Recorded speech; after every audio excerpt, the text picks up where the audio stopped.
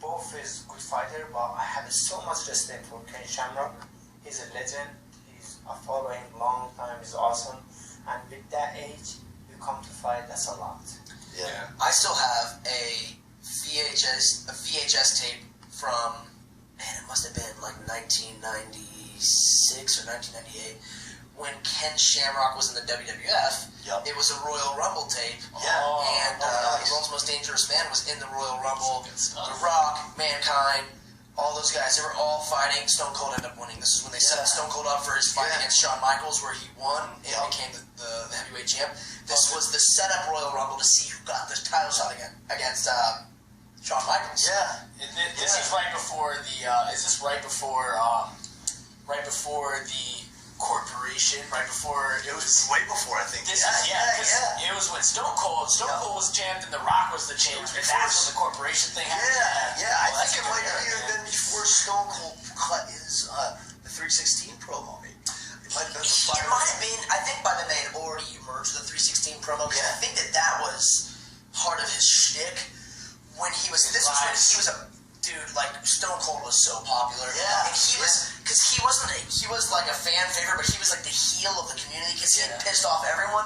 And I remember because there was a moment. He was like that anti-hero who's the heel towards the wrestlers, but then like everybody loved him. Sure. It was kind of like the Shawn Michaels thing, man. Like, yes. Well, and what happened, correct, yeah, and then what happened was, I remember this vividly. This is such a, oh, dude, I love that VHS. I gotta watch it again. Yeah. What happened was, you know how Royal Rumble works. Is it 20 dudes? 20 guys come in at one at a time. I just wasn't sure how many, right? So 20 guys every minute, every 2 minutes. I think it's every 2 to 3 minutes. Every couple minutes they bring in another guy and they play their music. And so I remember this was probably like 8 guys in the ring, maybe a little bit more, maybe like 10 or 12. And so like just right around the halfway point, either just before, right on halfway, or just past it.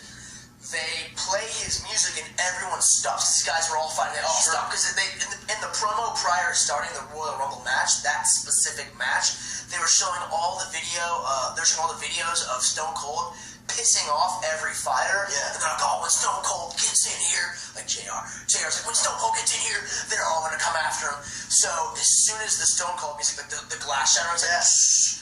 You know, like the beginning, oh no!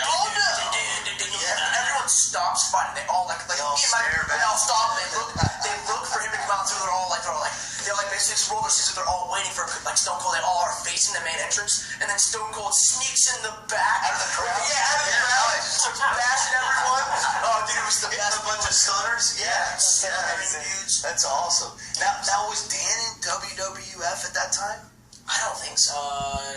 No. Not at that time. Because he was in there at the same time as Ken, because they had their rivalry from UFC. And that was when Dan came in.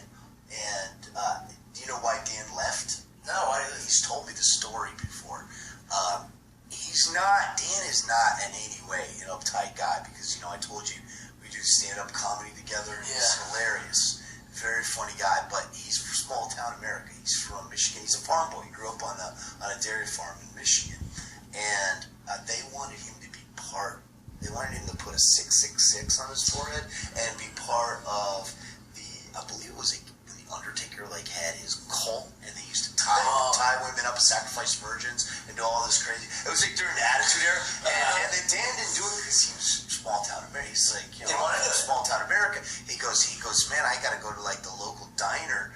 He goes, I still live, this small town. A lot of people still believe it. They don't completely understand, and he's like, I didn't realize it's not really, sacrificing. You can't do that. He's like, they're gonna egg my house. They're gonna egg my house. Michigan, definitely understand how his neighbors tell him over there, like, hey Dan, you better go. I hope you get that Undertaker in his cult. You need to find Jesus, Dan. Go get him. I hope you're not thinking of joining. You think about it. Yeah, you think about like the Mormons and stuff. They come to your house and they'd be at Dan's house, every day, man. Like we saw you.